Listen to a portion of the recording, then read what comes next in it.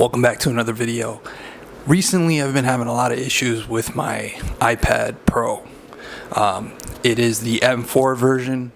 I've constantly through the years have been having issues with the iPads from the first iPad Pro.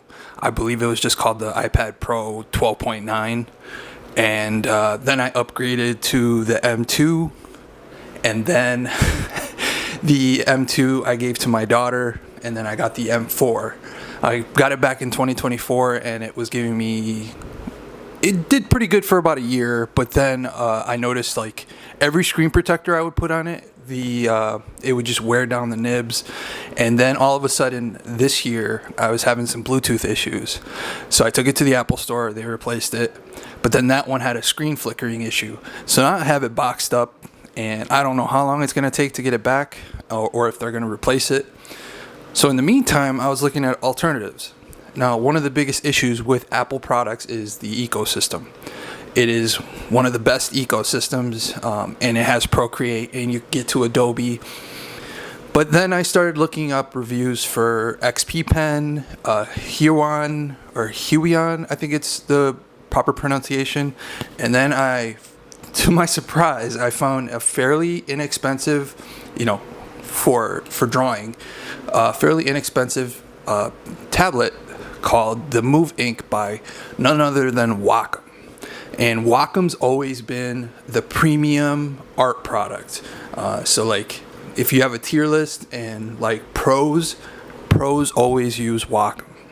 Now, I was scared because I don't have Procreate on here. And Procreate is pretty much what I've been using exclusively for 3 to 4 years. But when I first started using digital media, I would use the Sketchbook Pro. So I'm like, well, I could always go back to Sketchbook Pro. And so I bit the bullet and ordered the Movink Pro 14.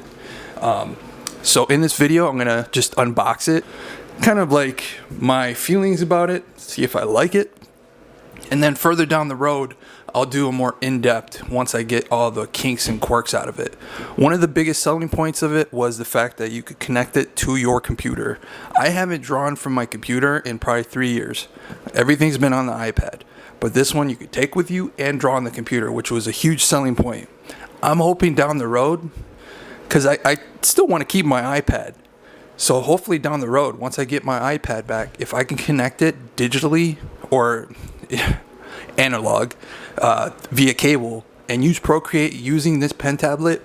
I know it seems like a big Herculean task, and I don't know if the drivers are going to support it, but I want to see if I could do that. So that's going to be another video eventually once the system's out of beta, because the system that allows you to go onto a computer is in beta.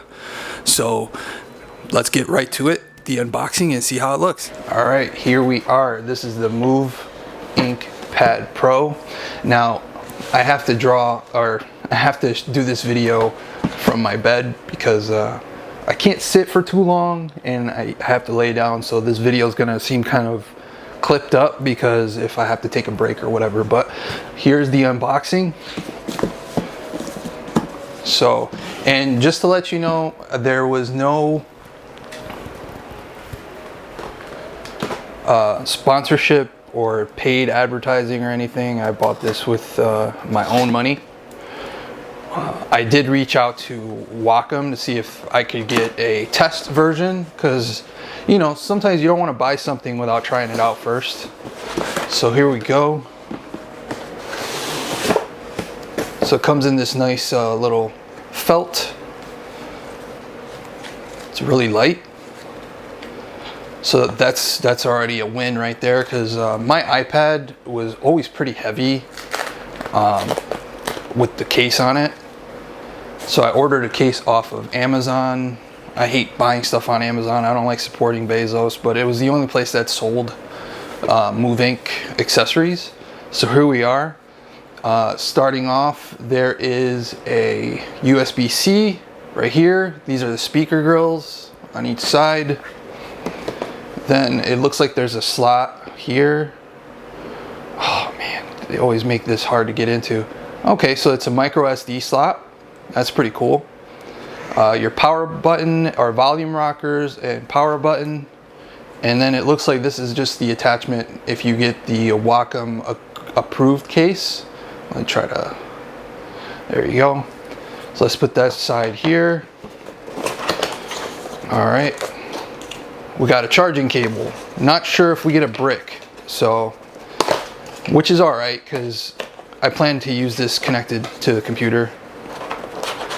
And then this is Wacom's Stylus 3 or Pro 3, I think they called it. It does not say.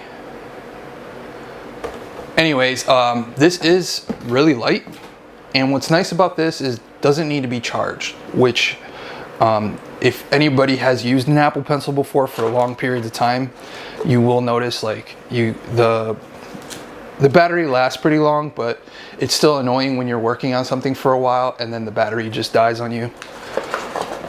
It does warn you, but still, you get that anxious feeling. The only nice thing is that it does charge like super fast. The other night, I got the 20% notification, and I was still able to draw for like maybe another hour or so. So you don't get a power brick, which is okay. All right, so that's the unboxing. So I have had some experience with Wacom products in the past. I started off with an Intuos Pro back in 2013 or 2012 actually. Wow, it's been a while. And after that, I bit the bullet and got a Companion Pro, or Companion 2, I think it was called. It was awesome. I used it for a while, but it was bulky. There was a ton of cables you needed, and it ran Windows, which was so slow. I mean, once I got to Windows 10, it was basically unusable. Now I kind of use it as just a display. If I have like an event or like a opening, gallery opening, I use it as a way to show all my other works that are not featured in the event. So here it is powered on, and then we're gonna go through. I'm gonna skip all the parts where, you know, my personal information's on it, and then we're gonna go from there. All right, so pretty straightforward process. I just had to reactivate my Clip Studio Paint program. Now it's gonna be hard. It's gonna like freak out trying to get the focus. So focus on my hand there. There you go. Just to get an idea how, wow, this is crazy. Normally, you know, I'm being really careful with the iPad, but this is almost to the, I'm speechless. As if Apple had this kind of responsive nature, I don't think I would ever have to use the undo tool. This is great. And that's just one of the pencils. Let's try a different one, charcoal. Let's go pretty big. So side, it's really responsive. It's a little laggy right now, probably because I went too fast. But I like how every stroke is being picked apart there. Let's try chalk. And color. Screen is really bright. Obviously, because the matte finish, it's not glaring, which is nice. It's got a nice paper feel to it. Let's see how many undos you get. Oh, so you can't do the quick undo like in the iPad. Palm rejection is good. Obviously with a finger it's still draw with no pressure sensitivity, but that same stroke actually has pressure to it. So I'm going to be so stoked to see how this works in the future. So let's go back and give my final thoughts. So my final thoughts on the Movink Pro. I always have to look at it because I want to call it, you know, the Movin pad, but it's the Movink Pad Pro. Here's the box. Not a lot of frills in the box to begin with, but the setup process was pretty easy. It's just I haven't used Google as my main, you know, program for a long time, so I had to set a lot of things back up, which might be a deal killer for some of you guys that have, you know, Apple products. So setting up a new account might slow you down. But once I was in, Clip Studio is awesome. It works really well right out of the box. I haven't messed around with any of the other things, but it's very responsive. The main screen is a little dull, so I might have to find a new background for that.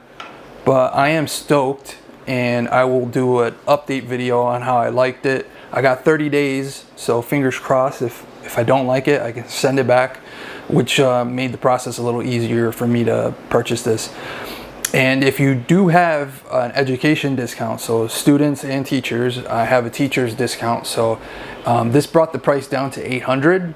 Normally it's $900. So that was a huge discount for me. Shipping was free, I believe, but depending where you are, the taxes might be the killer. The taxes almost brought it back up to $900. A normal iPad Pro 11-inch, which is 3 inches smaller than this, is around $900 to $1,000. I have an iPad Pro 13, and that one was $1,200. So you save almost $400 by going with a bigger product. The only thing you lose out on the Apple ecosystem. I think if you're a beginner artist, this might be a little too much to start with, but if you feel like you want to try it, it's a huge alternative. $400 is a huge savings. You know, that gives you money to get accessories and other type of charging blocks and stuff like that. So my recommendation is to give it a try. 30 days, you know, you can always give it a try. I am so stoked to see what the other things I can do on this, and I love the fact that you can use an SD card. Apple's cloud service is just way too expensive.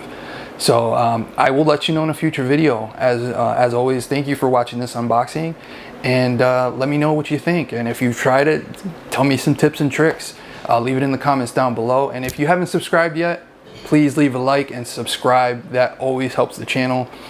Thank you so much for watching, and as always, don't forget to keep it over 9,000. Take care.